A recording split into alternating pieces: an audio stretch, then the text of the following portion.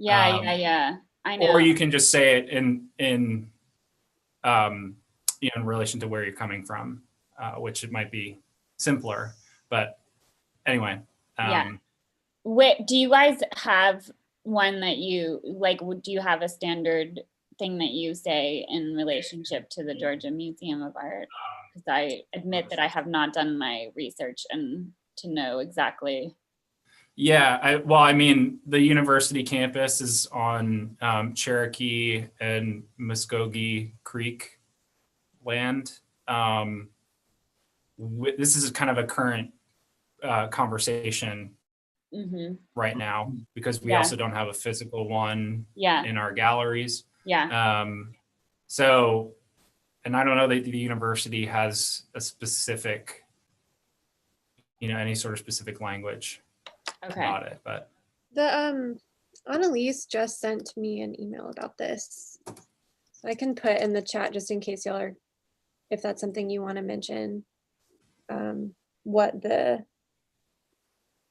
archaeology department uses. I think it would be nice. It feels important. I should have asked this before because it feels important to, given the topic, like to, model the respect that, we want people to be having. So if you... I can send it to, I'll put it in the chat and it'll just go to the panelists. So. Okay. Callan, this is Michael. Hi, it's working, it says. Okay, so yeah, it is working. So now should I? So yeah, if you click on participants, and then you will see, you hover over my name and you'll see more. Make host? Yeah. Yep. That worked. Callan, did you hear anything from Andy Joy at any point? I mean, well, she confirmed that she was in. And I think you were copied on that email, and I've sent her, along with her department, all of the sort of information about the talk. She got the reminders and everything. So maybe she'll surprise us right at 1. But yeah, I'm not sure why she's not here. Just wondering if you have I emailed her Friday and then a few weeks before that, and they were long emails, so I figured she had the information she needed. If she didn't respond, it's because she didn't have questions. But I'm just trying to see. I don't see a phone number. Would you be able to just write a quick, like September 9th was when she confirmed. Could you just write her a quick email and say, we're looking forward to seeing you? Hello. I don't know. Okay, yeah, I'll just write Hopefully she's not in some deep sea submarine. Yeah, maybe. Right now. Maybe that's what's going on. Michael and Hillary, I see, y'all, I can make you guys just attendees if you want. Or do you want to stay on as a host? If you stay like this, just the other panelists are going to see your video the whole time. Oh, in that case, I would say make me an attendee, but I was just offering to drop out of the Zoom webinar so that I wouldn't take up one of the 100 spaces for it. Okay, actually, I don't know if I could just watch it on YouTube. I'm going to stay in here, but Michael, can you let me into the YouTube login so that I can monitor questions in there if they come up? Yeah, do you want me to just pay attention to Slack in case you ask me to do something? Yes, please. Okay, yeah, that's fine. Because I think it's just a matter of the two-factor authentication. Yeah. Okay, because I'm logged in, but I don't think that's a problem for me to stay. Okay, thank you. Okay. But yeah, Callan, you can just make me an attendee, and if there are questions on YouTube, I will put them in the Q&A on here. Okay. I don't know if I can make you let me try. One moment. Oops. Did I just mute you, Jeff? I didn't mean to do that. I was already muted, I think. Okay, good. Hillary, I don't think I can because I had made you an alternative host from the beginning. Okay, that's fine. So you'll I'm just just be, gonna as stop long my as you keep video. your video off, then no one else will see you except for the other. Well, I noticed that when I stop my video, I get this picture of my husband and children on the sofa, which I don't know how that got in there. That's interesting. Yeah. You can make a new one right now, Hillary, while you're logged in. Just go to your Zoom account online, I think. Okay, I'll do that. You go to settings and just, I don't know, put up a picture of Whatever. well, you can use one of those pictures of the museum. Maybe so. It's under profile in settings. Then you just click on the image.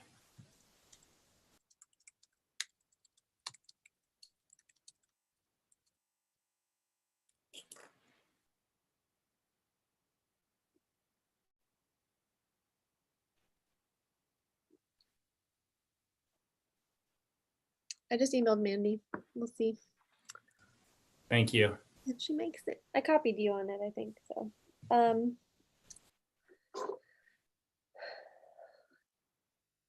Oh, there she is.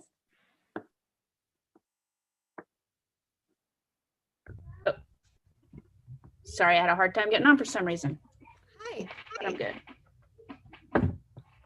Nice to see you. Good to see you. How's everybody doing? Doing well. Hi, Manny. It's nice to meet you. Good to meet you.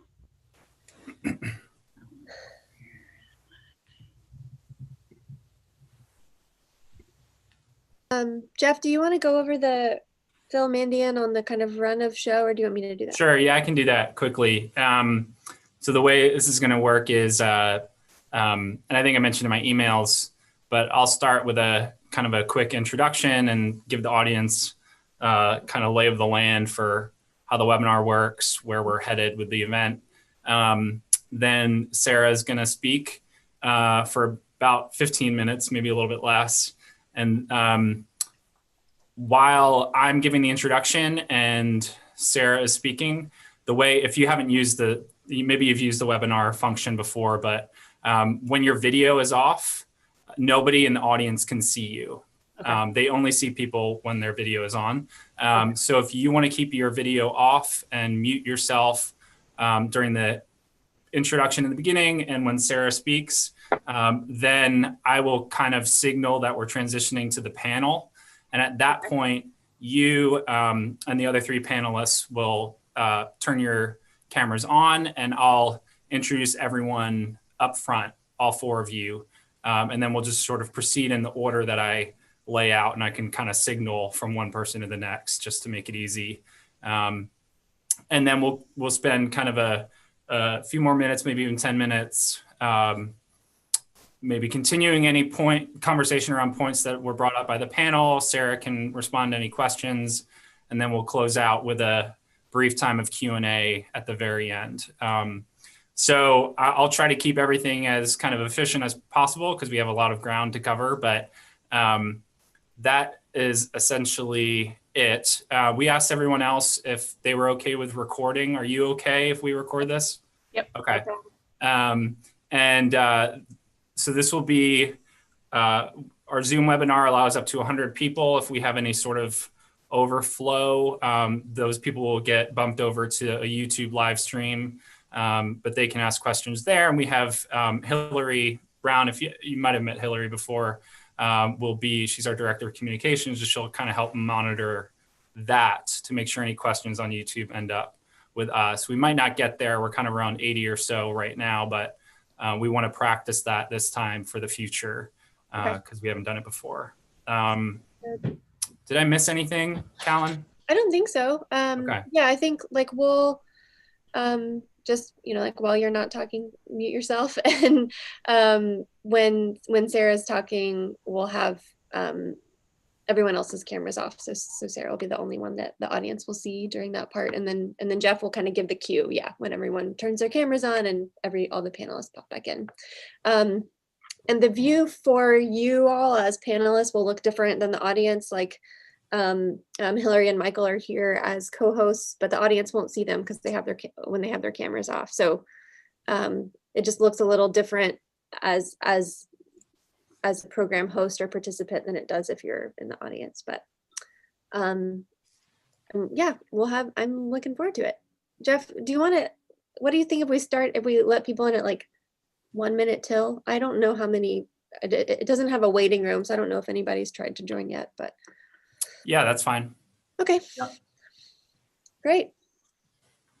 All right. Well, yeah, thanks, Mandy, for being here with us. It's great to have you. I'm going to turn my camera off now, Jeff. Okay. But I am here. I'm actually going to run get some water really quick, and then I'll be back. Great.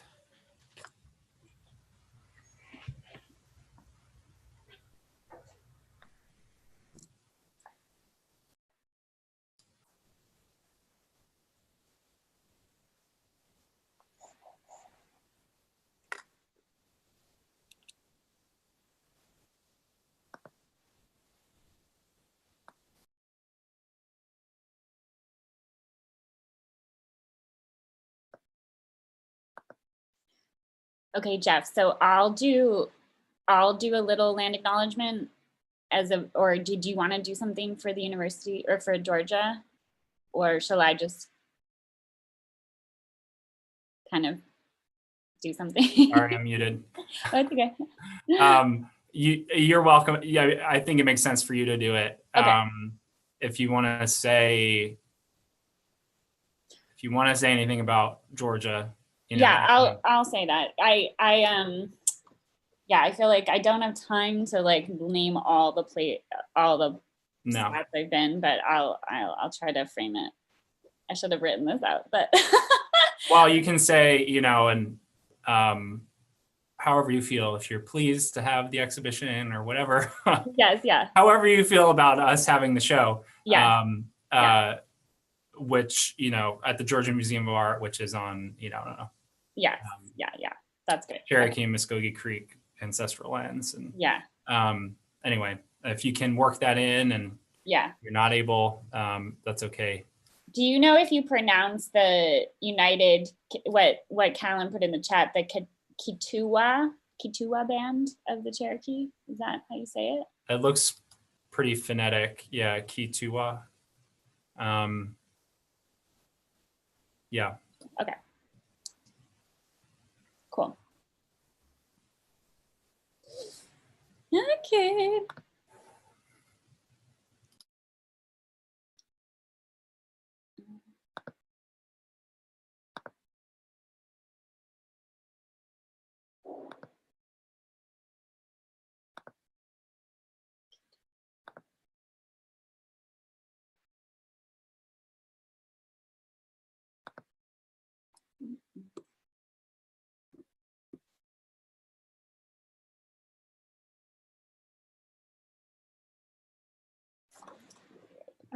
Jeff, are you going to share, you said you have a slide maybe to share? I'm sorry, I'm muted again. Can you put that up now before you? Yeah, maybe if you want before I launch this in. Okay, great. So, and I'm off, or my camera's on, Sarah might be on, but then Mandy, if you want to disappear, and then we will bring you back in about 20 minutes. Okay, let me see.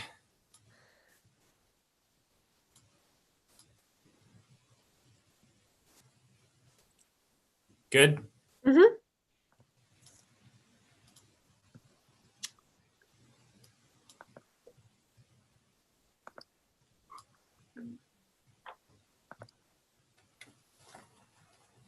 Okay, I'm going to start if that's okay.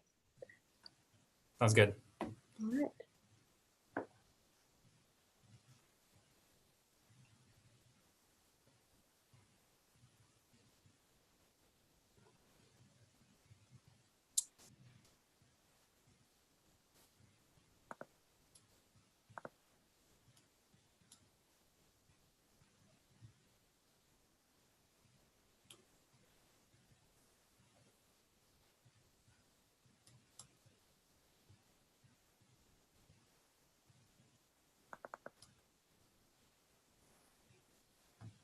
Well, welcome everyone as you're all coming in.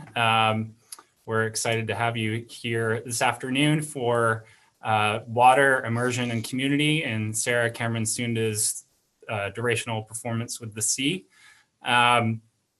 This will be an artist talk from Sarah Sunda and a faculty panel that is co-sponsored by the Georgia Museum of Art, as well as our friends at the Wilson Center for Humanities and Arts at the University of Georgia. As you're all coming in, and before we get started, I want to point out a few things about our Zoom platform for today. The presenters will not be able to see or hear members of the audience, but at the bottom of your screen on that menu bar, you will see a Q&A button and a chat button. Please put any questions that you have for our presenters and panelists in the Q&A box whenever you'd like. You do that throughout the program, and we'll have time at the very end for panelists and the artists to answer your questions. If you have questions or concerns with technical logistics, or if you need any help troubleshooting anything, you can leave those comments in the chat box. Our curator of education, Kellen Steinman, is here to assist with that. If you have any other comments you'd like to make in the chat, you can do that as well. If we happen to exceed our max capacity on Zoom, you will join an overflow live stream on YouTube. You can feel free to put comments or questions there, and we'll also have staff monitoring that, that comment area. It's my pleasure to introduce Sarah Cameron Sunda. She is an interdisciplinary artist and director who works at the intersection of performance, video, and public art. She has a BA in theater from the University of California, Los Angeles, and received her MFA in digital and interdisciplinary art practice from the City College of New York. And she is, of course, the creator of 36.5, A Durational Performance with the C, which is an ongoing work begun in 2013 that has taken Sunda to 6 continents over the last 7 years, and the work still continues, as you'll hear. At each site, she stands in ocean water for a full tidal cycle as water rises to her chin and then recedes to her feet. The performance is both a radical call to reconsider our relationship with water as individuals, communities, and a species, but it's also, I think, a vision of hope and resilience with community-based action at the heart of this endeavor. We are fortunate to feature Sunda's 36.5 in a current exhibition at the Georgia Museum of Art. You can see our Dudley Gallery for Time-Based Media here. This installation began in mid-September with a performance that the artist did in the North Sea in the Netherlands, and then moved to the Bay of Bengal in Bangladesh.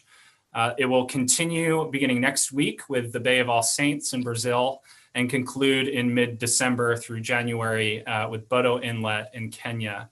We invite you to visit the exhibition in person, or if you're nearby, or join us for our 2 remaining 24-hour live streams, one of Brazil and then another of Kenya in mid-December and then mid-January. Also joining us today is a distinguished panel of faculty from the fields of fine art, urban planning and environmental design, oceanography, and music. We're thrilled to have them with us. And following an overview from the artist of her 36.5 project, I'll introduce the panel and turn the conversation over to their interdisciplinary perspectives on this project. Each of them will give about a 5-minute response to 36.5, and then we'll have a bit of time for further discussion and Q&A at the end. Thanks to you all, our audience, for being with us. We've got about 66 folks with us, so thank you all. Thanks for tuning in, and I ask all of you to join me in welcoming Sarah Cameron Sunda. All right, thank you. Thanks, Jeff. Thank you, everyone. I'm going to switch over to the PowerPoint. There we go. All right, so I want to start by just acknowledging that I'm calling in from the island of Mannahatta in Lenape-Hoking, which is the homeland of the Lenape, and that the Georgia Museum of Art and the University of Georgia sit on the homelands of the United Kituwa Band and Eastern Band of the Cherokee Nation.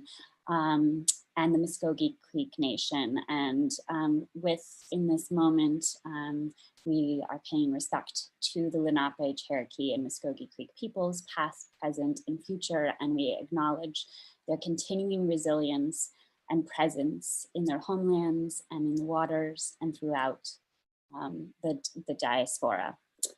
So 36.5, I'm honored to be here. Thank you so much for having me and for inviting me to share this work with all of you.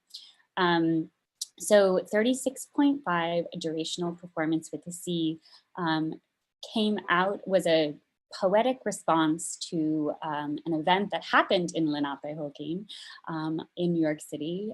Hurricane Sandy hit New York City in 2012, and it really changed my perspective on many things. I realized that we were all vulnerable, that the city was just as vulnerable as our individual bodies. And I had, for many months, I was meditating or thinking on this, this image of, I had an image of a person running through New York City trying to make ends meet while the city sinks beneath her feet. And I was trying to work that image into another project that I was making. And then I ended up in Maine about 9 months after Hurricane Sandy and realized that the tides could be a metaphor for sea level rise, for a changing environment. I was really struck by the tidal cycle in Maine. And so the first work in 2013 really began as this poetic response to Hurricane Sandy. I decided to stand in this tidal area for a full tidal cycle. And I really didn't know if it was going to work. Like, I didn't know if I would be able to do it. My background as a director, and my initial impulse was, okay, who can I convince? I had this image, and then I thought, who can I convince to stand in the water for a full tidal cycle? And then realized very quickly that I was going to have to do it myself if I wanted to make this image happen. So here are the 9 images from that very first work in 2013. They're really all that remain. We took little snapshots of video, but it wasn't, you know, I didn't imagine it as the work that it's become now. So these are the 9 images that remain that show the 12-hour, 48-minute performance that occurred on August 15th, 2013.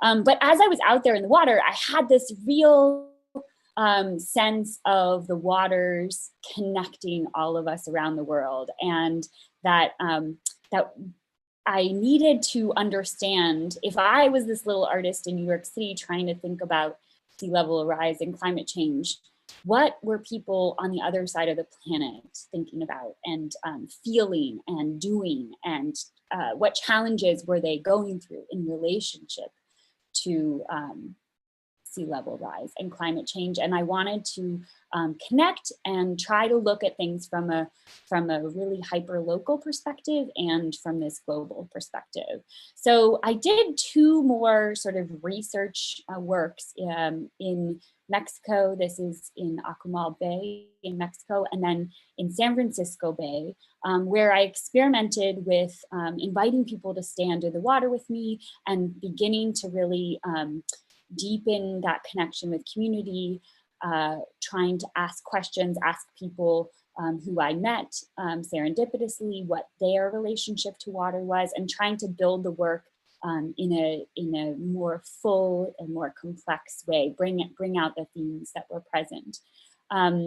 This is an image of Sasha Perchenko, a collaborator in San Francisco, and we developed this together, a sort of choreographic movement phrase to mark the passing of the hours. She began it very simply, and then throughout the performance, each hour was marked by many people joining and learning this choreography.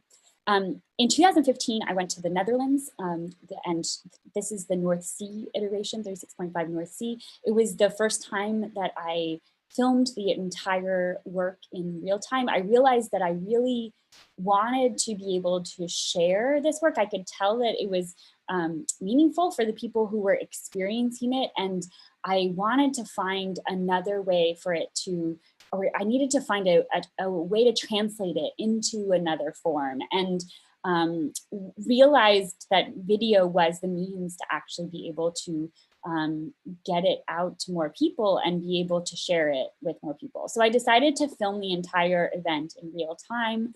And it was, and so we did it with multiple perspectives. From multiple perspectives, I collaborated with a local filmmaker, Jonas de Witte, and we had an exhibition. I was working with this organization called Talk, and we had an exhibition with 4 different spaces in Amsterdam where we planned to show the work in multi-channel format within 10 days after the performance. So that kind of became the real framework. This is what I consider the first sort of fully formed work in the series, is the North Sea work, because it exists both as this performance work and then as this durational video work, which some of you may have seen at the first month of the exhibition in Georgia. Next, I went to Bangladesh. This is on St. Martin's Island, which is the southern tip of Bangladesh. And music became a really important part of the work. I met, I worked with some wonderful people. This is Nasir playing his kamak, and Islam was a passerby, a recent refugee from Myanmar, actually, who played his mandolin to me for an hour in the morning, an hour in the evening. And Sumi is dancing. She is doing the human clock to mark the passing of the hours. And here's just a little behind the scenes view from, so you can see a camera and some of the locals watching. And this is the family that let us sort of camp out and use their space as our grounding for right next to where we went out in the water. Then I went to Brazil. This is in the Bay of All Saints, which is in Salvador, Bahia. So many things were important about working in Brazil. This location was particularly special because of how we have this view right out into the ocean, but you see the comunidade that is right here. This is Solar de União. And I worked with a group of street poets through collaborator Clara Dominguez. I was connected to a bunch of street poets. Lev Brisa is here in the photo with me, and she did this amazing contemplé ritual at the beginning to start and to end the performance. This is a shot from the nighttime when lots of people are standing with me. I always invite anyone to stand in the water with me for however long they want, and people come and go, and that's the way that it's meant to be. Brazil was particularly hard because there were lots of waves. The water was much more wild than I had anticipated, but I was doing so much work with that community. We considered actually changing locations, but because there was so much work happening, beautiful work happening with the community, the site became really important. And again, I really didn't know if I would actually make it through the 12 hours and 16 minutes performance, but I had to try, and knowing failure was an option was part of it. And what I learned from this one was that resilience sometimes means letting go. The image I'm trying to create is one of standing still while the water rises slowly. But I realized in this iteration that sometimes you have to let go. I had to actually let go of my spot being so still in order to set this work. And one of my favorite stories from this, from Brazil, was that there was a 16-year-old, we had a 16-year-old production assistant named Vinicius, and he stood with me for 2 hours later in the day, and he told me that he lives right by the water, but he told me that during this performance, he began to see the water with new eyes, and he felt like a tree rooting down to the center of the earth.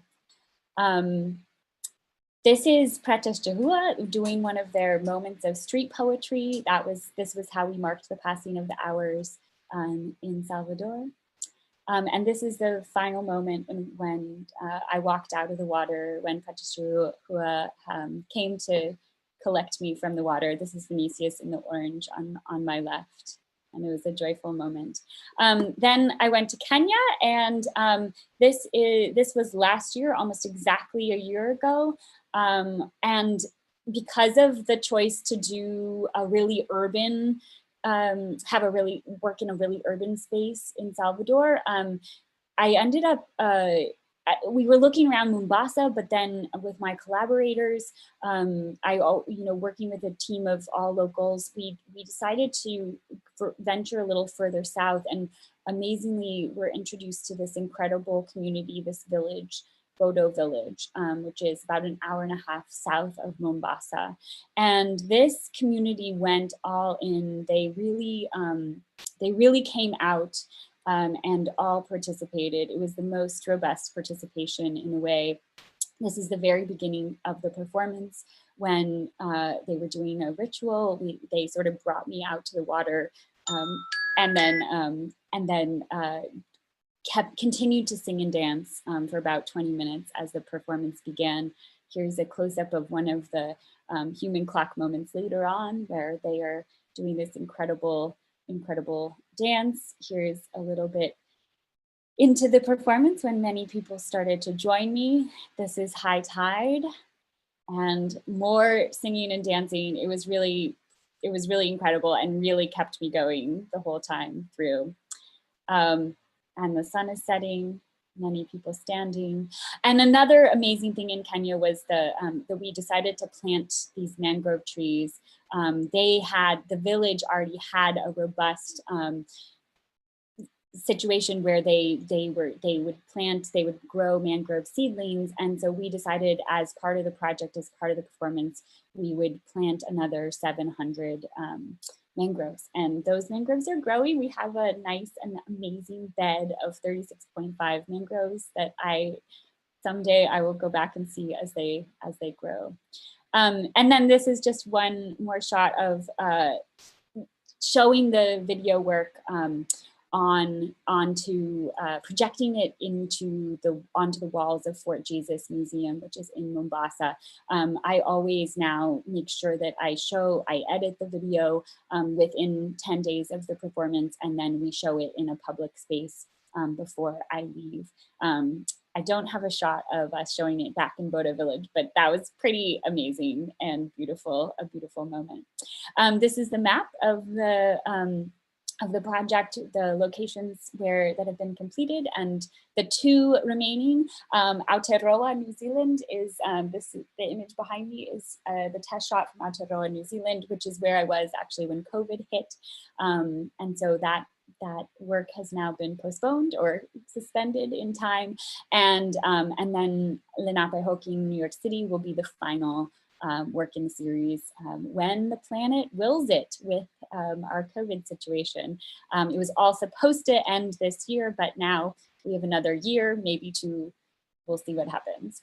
And this is my contact information. I'm really grateful to be presenting, to have especially Georgia now, all eyes on Georgia with the political situation right now. It's very, I'm really honored to have the work shown there. So. Thank you so much. And I can't wait I'm so excited to be in conversation with the faculty here. I think I'll stop my screen share. Okay, here we go.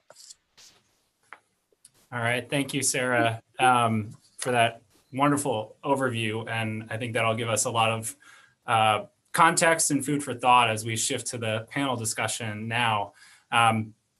Just in the interest of time, I'm going to introduce all the panelists first, and then ask each of them to share their reflections in turn. I also realized I didn't introduce myself. In the beginning, I'm Jeff Richmond Mall. I'm the Curator of American Art at the Georgia Museum of Art. But on to the more important introductions. Speaking first is Dr. Samantha Joy, the Athletic Association Professor of Arts and Sciences and Regents Professor in the Department of Marine Sciences here at the University of Georgia. Dr. Joy is internationally recognized for her work on the complex interplay between microbes and large-scale ecological processes in the oceans. But she's also a generous collaborator with the Wilson Center and the Georgia Museum of Art, having worked with artist Rebecca Rutstein on a 64-foot-long modular steel sculpture entitled Shimmer, which was inspired by bioluminescence in deep sea environments and which was recently purchased for our permanent collection here at the museum. After Dr. Joy will be Dr. Matthew Burtner, who is the Eleanor Shea Professor of Music at the University of Virginia. Dr. Burtner is a composer, environmental sound artist, and eco-acoustician. He focuses on human-computer environment interactions and is co-director of the Coastal Futures Conservatory, which is an interdisciplinary program focusing on sound, but collaborating across the humanities, science, and music. He's also the founder of the environmental arts nonprofit EcoSono. After that, we'll hear from Michael Marshall, the Josiah Meigs Distinguished Teaching Professor and Director of Social Ecology Studio at UGA's Lamar Dodd School of Art. As a photographer and educator, his research currently addresses social practice, using art to engage the environment, sustainability, and resilience, particularly as all of those intersect with community enrichment and revitalization. And then last, we will have Dr. Stephen J. Ramos, who's Associate Professor in the College of Environment and Design here at UGA. Dr. Ramos has degrees in design, community and regional planning, and Latin American studies, and has published extensively on ports in the US, Europe, and the Middle East, including the Savannah Harbor in Georgia. As a member of the advisory board for the Leiden Delft Erasmus Port City Futures Initiative, he also has extensive experience with the coasts of the Netherlands, which we've heard about, and where soon as 36.5 performances began to be filmed. So we're excited to have him with us as well. So I'm going to, if all the panelists want to turn their videos on, I'm going to turn things over first to Dr. Joy. Thanks, Jeff, and thanks so much, Sarah, for this just amazing exhibit.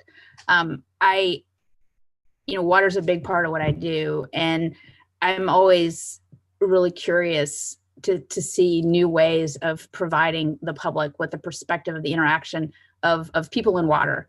And I love the way that the immersive, literal nature of what you're doing and showing how systems change over time, which is a big part of my work related to climate change. And it's hard to sort of see the kinds of changes that we're seeing over time globally. But when you immerse yourself in water and you experience a tidal cycle, it gives you a perspective and a view of the type of change that's happening on scales that you can perceive, and helps you, I think, better imagine some of the scales and temporal and spatial that you can't quite see. So I was really just blown away by the effect of looking at your exhibits and experiencing them on how different people perceive water, and doing it together in groups, I think, is also just a really unique way to get a perspective on a site. I spend a lot of time in the water, and I feel like when you go through that cycle, I'm really curious, and I hope you have time to talk about, the things that go through your mind, like what it's not just the water coming up and down, but how the whole environment is changing as a course of that tidal cycle. There's different creatures in the water at different phases of the tide. I mean, you surely have all kinds of really interesting interactions. So I'm looking forward to the discussion, and I'll pass along because I want to give us time to talk about it. I don't want to take up all the time just talking. Thanks. Hi, everyone. so I just want to say thanks to the Wilson Center for the Humanities and Arts, the Georgia Museum, the University of Georgia, and especially thanks to Sarah here for giving us the inspiration to come together and talk about this. I was so curious to hear how she started, Sarah, how you started the inspiration for the piece on the evening of the Hurricane Sandy. And I remember that night really well because it was the very same night that my opera on climate change premiered around the world. It's a telematic piece that connects musicians and singers from different points around the world together in real time and audiences. And that was set to go on October 29th in Norway, Canada, Alaska, New York, Washington, DC, Indianapolis, and Virginia. And we had this, this incredible storm hit the coast, and it canceled the venues in New York, of course, and in DC and in Virginia. And my band Eco Sono, which was one of the key parts of the performance, had to play from a bunker in Virginia just to the internet because the show went on in the other sites around the world. And so, I mean, I remember that night so well, and it's just amazing to think that that was kind of the end of that performance. I mean, we led up to that moment, and the climate change event disrupting the climate change opera was super ironic, but then also, it's exciting to see how it generates all this kind of new work around sea level rise and climate change, melting ice, and there's this point of contact around the hurricane. I love the piece, how it's, it's I guess a common, uncommon experience for a person to stand at the edge of the coast and look out and stay there for, what seems like a long time, sometimes feels like too long, like she should go back. But no one sits out there for a whole tide cycle. And it's really, I think, that tidal cycle that's so exciting about the piece, that it's a human form that is the performance by a human set within an environmental form. And what Mandy's saying about the tidal cycle taking us out of our normal sense of human form is a wonderful observation, that decentering practice that really allows us to think of ourselves in a broader context, which just seems to me to be one of the most important things about this. Reminded of the work of Marina Abramovich, who is clearly an inspiration, I think, in this performance art, one of the pioneers of that genre. And the differences, though, between this and that, because in this, it seems like Sarah's not so much the center of the piece, but more like a measuring stick by which we observe the tides. And by standing there, people have the chance to experience the sea, and they feel comfortable with themselves doing that. And then things evolve around that. And watching the films, you get the sense that the center of attention, although it's the drawing focus, the center of attention isn't the performance artist, but rather the interface between the human nature interaction. And the interviews that happen in front of the camera definitely support that. So I think that's really fantastic. The energy of the tidal force against the person reminds us that the world is not for us, that our planet supports us and that we're lucky for that, but it's not for us to consume and change to suit our convenience. It's okay that we don't own everything. It's okay if we're not meant to encompass everything. And so, I love this kind of counterpoint between the tidal force and the fragility of the human being on the one side, but it's also disguises a more disquieting power that the human holds over the environment. So magnified by billions, our behavior does alter everything. And we do change the planet. We pollute the ocean. We warm the atmosphere. We melt the polar ice. We cause the sea level to rise. So there's this really interesting irony disguised in this scene of an individual facing the tidal force because in spite of the appearance, the ocean may actually be no match. So I'm going to stop there. There's a lot for me to ask about. I guess I have a question, which is about I'll leave this question about the relationship between the performance and the gallery. And this is a long time issue between in earth arts and is how the work of art exists in dialogue with the gallery. It's something that, Robert Smithson called, in his Earthworks exhibition, they dealt with that by putting up photographs. Dennis Oppenheim called it like a gallery disturbance concept that messes with the artwork. And so I'm really curious about the dialectic between the outdoors and the gallery. And then I would also like to ask Sarah about where we find the work of art in this constellation of mediation and performance elements. And I'll turn the discussion over here. I too am super excited to be here today and to hear you talk about your work, Sarah. Thank you. What I do with the Social Ecology Studio really aligns in so many ways with what you're doing in this project. The mission of the studio is to really support projects that are engaging issues of sustainability and resilience, really thinking through two different sort of approaches or frameworks. One being about interdisciplinarity and the other being about engaging community. And I think your work does this in so many different ways in terms of the interdisciplinary practice. Not only are you integrating other artists in the poetry reading and the music that you're bringing into it, but certainly fields of science, thinking about the climate and the tides. There must be, I imagine, a really scientific element to your practice that you have to figure out where to stand to make sure the water doesn't go over your head, and where the light will be and what time you should be there to experience that exchange. I think about that science side of it.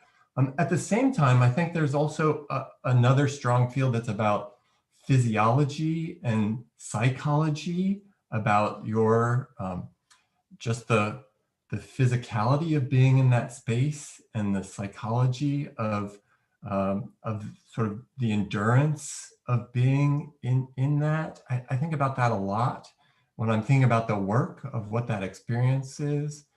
And that brings me to think about the engagement with community, which is so much about audience. And I think about that also functioning in multiple ways in your work, in that you're coming into different communities to do the performance and engaging with community members ahead of time to build sort of a participatory aspect of the work that I think, one, just engages that community in thinking about the issues that you're talking about and activating them in it. And then there's the people that just happen upon it, which I think is wonderful because there's a wide audience out there that doesn't come to museums or galleries that we strive to talk to as artists. And by placing your work out there, these people stumble upon it and inviting people to participate. I think that audience is super exciting. And then of course there is the audience that Matthew is talking about in terms of the translation between the performance itself and the experience of the video in the gallery, which is the way that most of us get to experience the work. And finally, I think about sort of the audience of one, which is you and your experience of performing the work. And again, I think about the endurance aspect of that. And I think the word awe is one that comes to mind for me, in that it must be both incredibly magical and spiritual to experience that, and also somewhat terrifying and a real hardship to just imagine standing in one place for that duration of time, and then to experience this water sort of coming up higher and higher and enveloping you.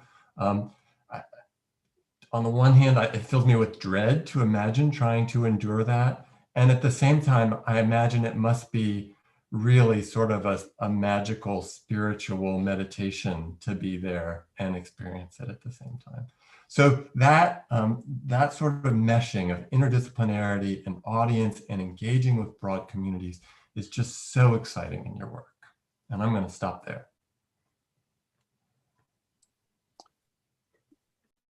Thank you, Sarah, and to the panel. I think some of what I'm going to say is going to echo some of the other ones, but I think that's okay. Just my experience with the films, I really enjoyed. The things that came to mind were Empire by Warhol. One of my best friends, Nils Anderson, who's an artist, suggested I look at Kim Suja's work, a South Korean multimedia artist, and her A Needle Woman project, that the multi-channel performances that she did, in terms of that kind of stasis within flux. And it's interesting, also sort of this idea of the modular, Le Corbusier's scale diagram that we heard about, certainly the Earthworks and Smithson. But the work wonderfully engages issues of embodiment, disembodiment, location, and dislocation, right? Sort of what Sarah said earlier in terms of hyperlocal and global. But also I think about, so Susan Cutter and her work on place-based resilience focuses particularly on issues of time and scale. And so in the work, there seems to be disparate temporalities and of course, nested scales, right? What we're looking at.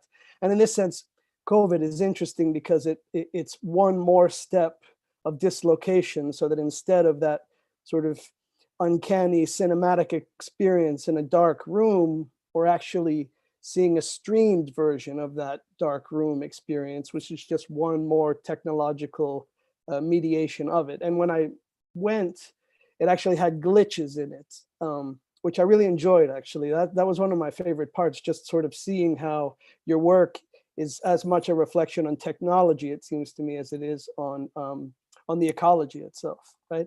And also this idea, wonderful, that your impulsive poetic response walking into a harbor in Maine, but very much with New York on your mind and the events from Sandy before. So even conceptually, it seems like you have these interesting spatial complexities going on, but it is precisely that point where land hits sea that I'm fascinated with mostly. The Wilson Center has been speaking about this in terms of coastal thinking, right? And it certainly suggests a new kind of epistemology, a new kind of ontology, right? The work that I'm doing with an artist friend in the Netherlands, so on the North Sea, the artist's name is Jan-Dirk Djekema, but there's going to be a volume out by Nancy Cooling and Carola Hein called Urbanization of the Sea, which is the North Sea sort of thinking very much about ideas of planetary urbanism and the Anthropocene, but sort of engaging with space as something not so much known, but experienced, right? Sort of this idea, a space, not one that we live on, but we live in, less two-dimensional surface than four-dimensional sphere, a space where we can think from.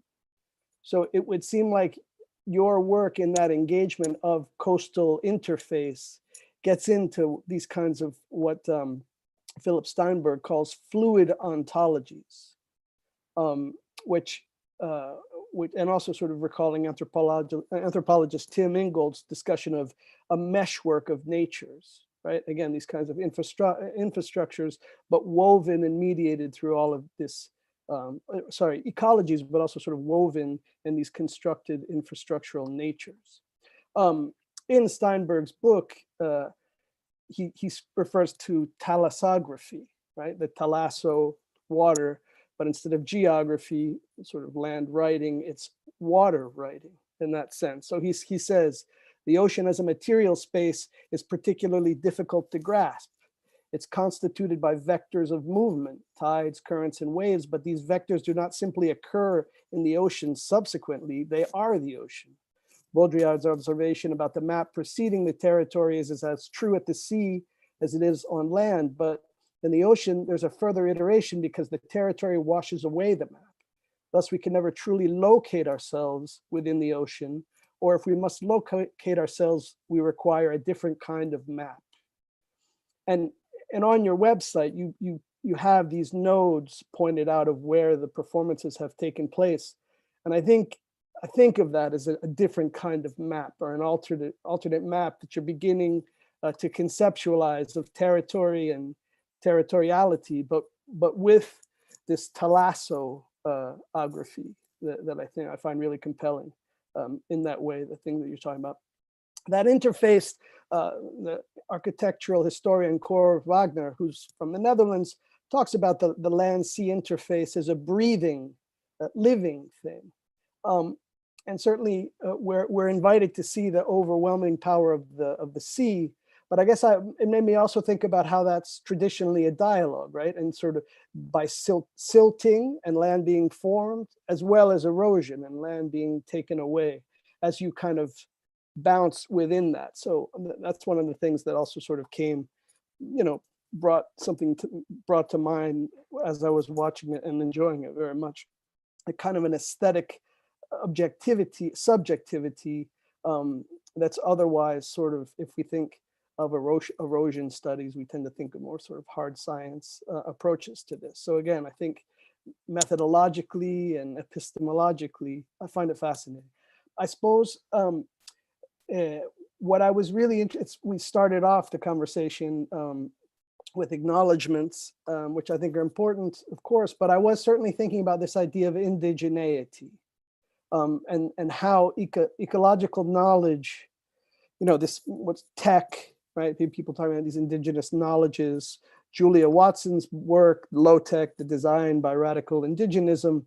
When I see something like the Bay of All Saints, I think about the Yoruban tradition, Yemaya, and that's sort of to deal more with the Middle Passage, but certainly the understandings not only of, say, music produced by cultures where you're visiting, but their understandings of the sea and the way the sea must be an absolutely central part of their lives, right? So I suppose that's something I'd like to hear more your experience with, and if and how that influences your work and your thinking about it.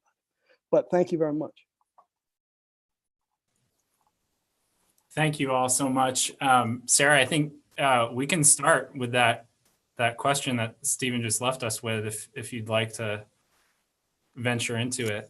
Sure. Yeah. I mean, all of you, I just wrote down so many things because I feel like everything you're saying is resonating with different aspects of the work, and that we could have a very long conversation. But yes, Yemanja was very important in the work in the Bay of All Saints. That was actually the Candomblé ritual that I mentioned was Lebrisa, she put some beads on me, a beaded necklace that I then wore throughout the performance. And it was a protection. And then at the end, had some water and put it over my head. And that was something that actually, it was only in the few days before the performance when we had been working together for a while. It was something I had been learning about the rituals there in Candomblé, but I hadn't, and Yemanja and the vastness of the water. I mean, there's so many amazing things, the way that I love that all the religion is based on the elements, and that felt so real and important, and it's very present in all of my collaborators' lives. Like they practice and these ideas are embedded in their bodies and in their teachings, which I think means you have a different relationship to the elements. And so it was only a few days though before the performance when we were trying to figure out, okay, how do we start? How do we end? because it's different every time. And La Brisa was like, oh, I know. She's like, and she decided that that's what she wanted to do, was bring Yemenja into the performance. So it's not something that I would have asked for, but because it came from within the collaborative team, then it felt like it was okay to work with those ideas. And in terms of Indigenous wisdom overall, it's something that really has emerged and become very present for me in this work. Going to Bangladesh, and then to Brazil, and then to Kenya, and then to Aotearoa, New Zealand, and really seeing the links, like tracking my new understandings and experiences of being in these places, and understanding the real trauma of white settler colonialism in each of these locations very specifically.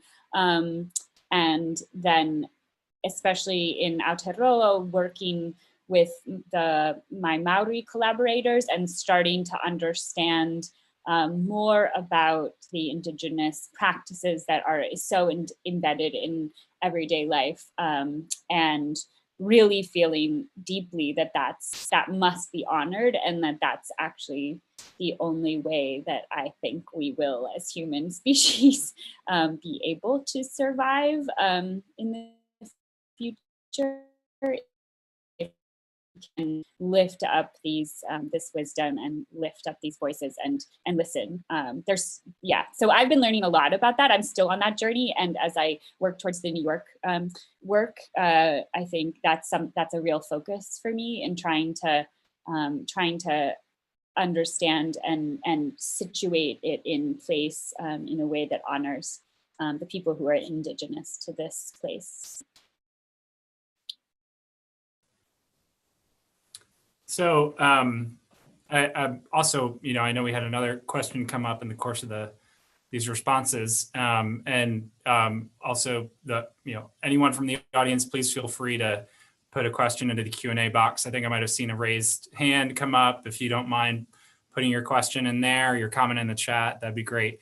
But in terms of Matthew's comment about this translation of the performance as kind of a thing in itself into whether it's the screening that happens on site before you leave, or what we have here in Georgia, which is sort of a further remove.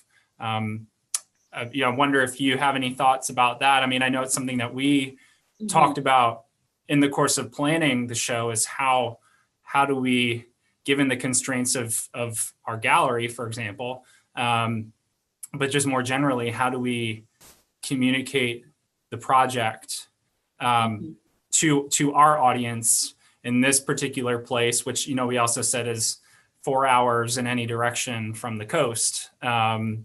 So did you want to comment on that as well? Yeah. I love this question because I think about it a lot, and I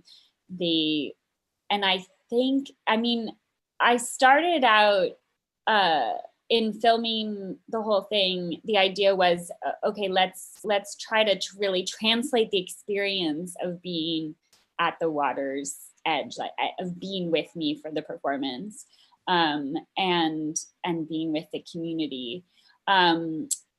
And see if that works, and that's still a goal in a way, but I think it becomes something really different when you're not sort of hearing all the real sounds from the place, when you're seeing it through these very specific camera angles that I've set up, and so I guess two things. One is that I really do think of these as equal works now. Like you know, often as an artist, you're sort of, well, what's more important? Is the video work more important, or is the performance work more important? And I really do think when I'm making it now, I think of them as equal. And so both works will be made on this one day, which is a little crazy, but I don't prioritize one over the other. They're both equally important,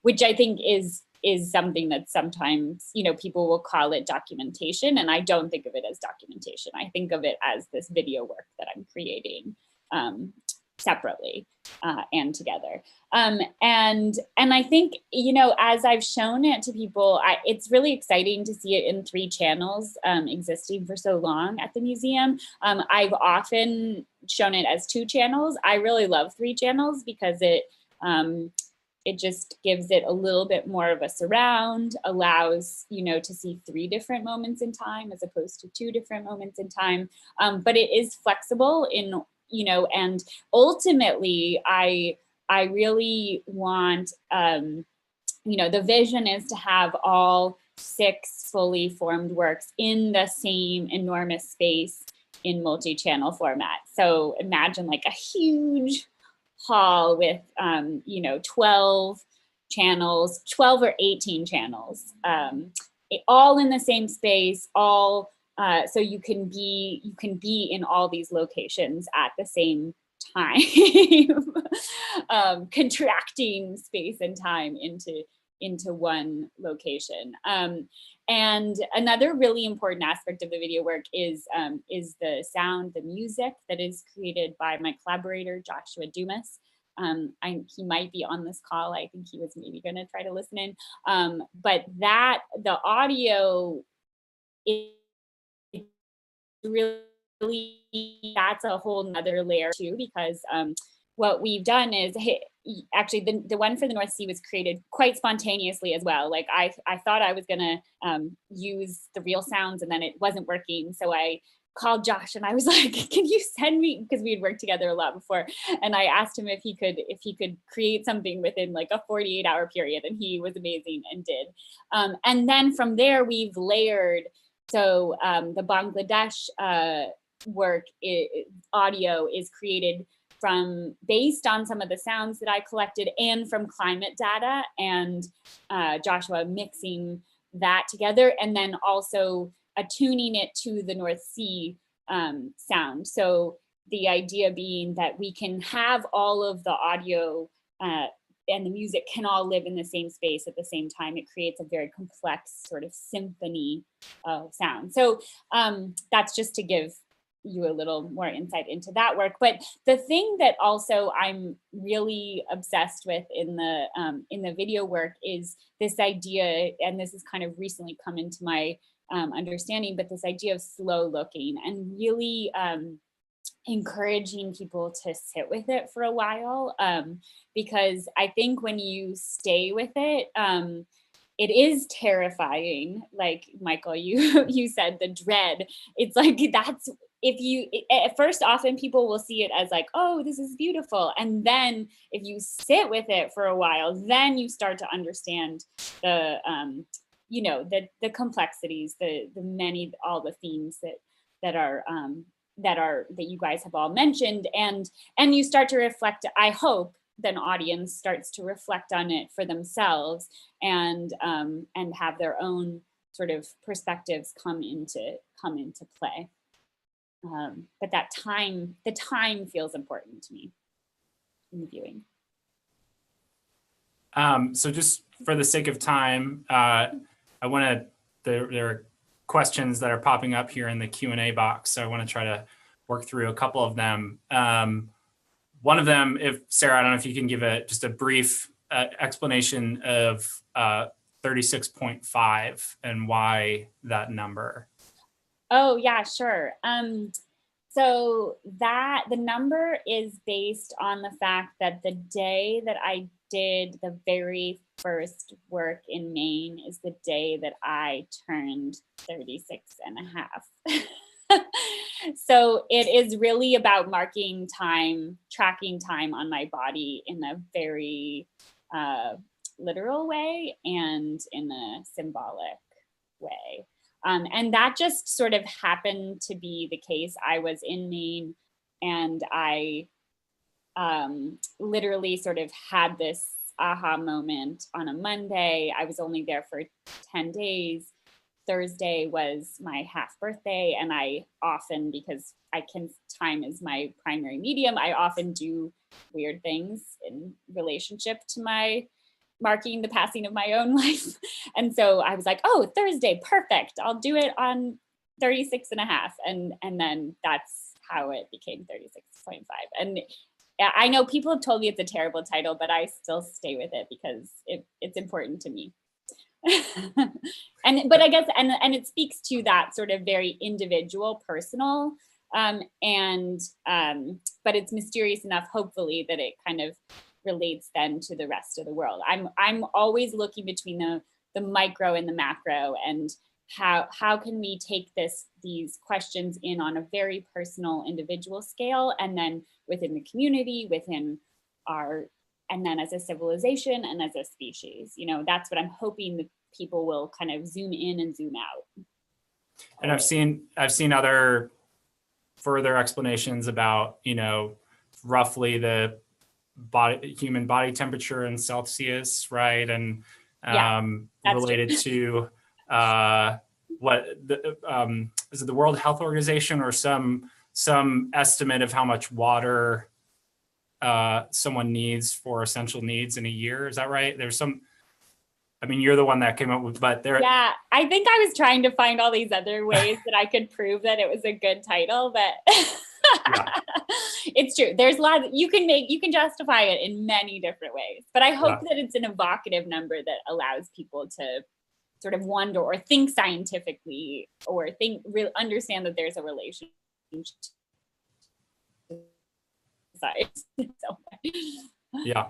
Yeah.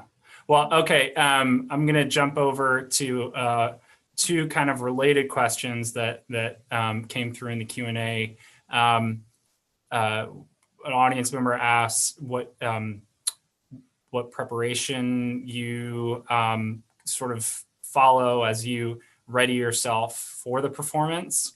I think someone on the panel brought up this kind of, might have been Michael, this kind of stamina and endurance required.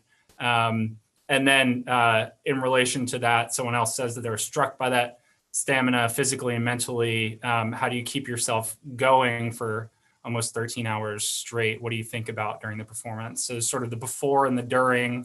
I'm also curious about the after and the recovery, but thinking about that kind of physicality of the performance, if you can just say something to that.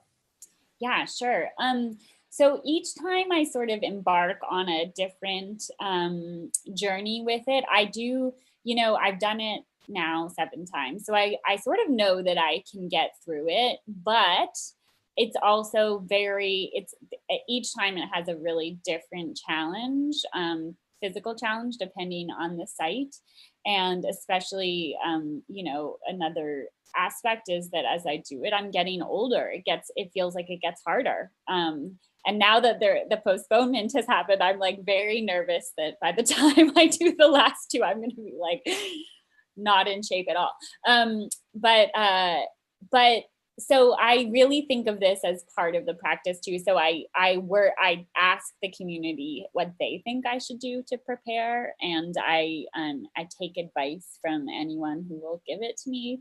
I also do I have my own bits of preparation that I do, but I'm really interested in what the people who I'm working with, who live there, what they think I need to do in order to make it through this performance. So for example, like I will ask them to decide what the food that I need to be eating, what I need to be ingesting, or what kind of exercises I need to be doing. So like in Brazil, Clara, who's the anthropologist and artist who I worked with, she was teaching me these techniques based on gyrotonics, and we were doing, and then we were also doing lots of other practices in relationship to Yamanja.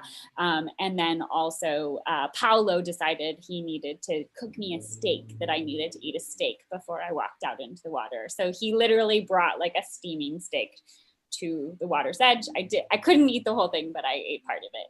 And that was the last bit of food that I ingested. So that's sort of, you know, I think of this as part of the playful aspect of the work. Actually, it's not all totally serious, but I'm able to roll with the punches and try to like do whatever people instruct me to do. And then and then during, I guess, in terms of the endurance, you know, it's every time it's really hard. It's not easy. But what keeps me going is really the fact that there are people watching. Honestly, like it's the fact that I've set it up as a performance, and that so it's really like I am determined to do it. It's a lot of it is willpower, because I know that I've like put so much into this moment.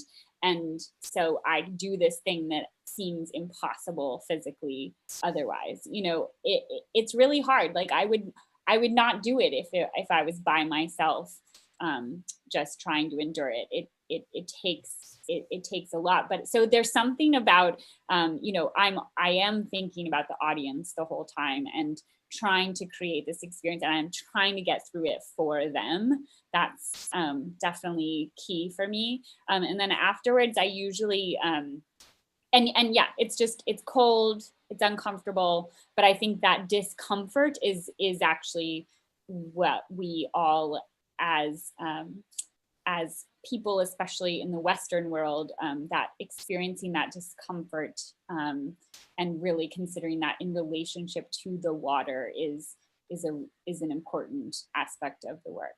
And then afterwards, I usually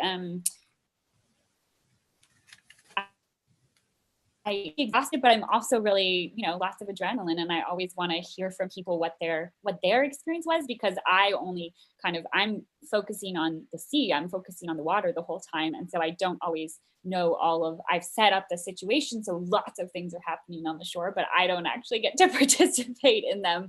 So I'm always really curious. And everyone's always like, aren't you exhausted? And I'm always like wired afterwards, just because, you know, it's exciting.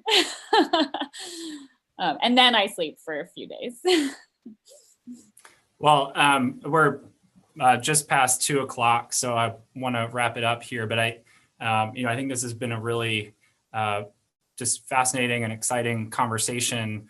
I think, again, thinking about the title here about immersion and community, and how this kind of collaboration and community mindedness is so central, but also, you know, to Stephen's great point about, you know, the ways the work brings out these kind of different scales and relationships that are local and global, the different ways that all of us experience the same waters in different places. I mean, I was just really impressed by watching the Brazil video, which is coming up next week in Georgia.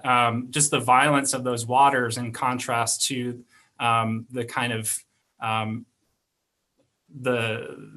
of slowness in other places, which seems also kind of a metaphor in a way for our relationship to the environment, which, you know, sometimes nature moves slowly and can catch us unaware as it changes. And then other times there are these violent shifts that we experience, like Sandy, which inspired this whole thing. So just a lot of great, you know, food for thought as we go out from here. I want to thank all the panelists for joining us. Thank you for your perspectives. And Sarah, thanks for sharing your work with us here at the museum.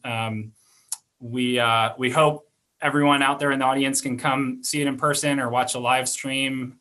Yeah, thank you all again for being here. Thank you so much. I really appreciate all of you, all your thoughts. I would love to keep in touch, and thank you to the Wilson Center as well. Also, Vivian, she wrote something in the chat. I wanted to just mention that there's a lot more background videos on the website and on my Vimeo channel. So there are ways that things continue, especially in Kenya. There's the mangroves are growing. The community is still doing things around the work. So I hope you'll all keep in touch. And if you want to stand with me in New York City, if anyone is there in the area, whenever it happens, I hope you'll join and follow along as the project continues. Thank you so much.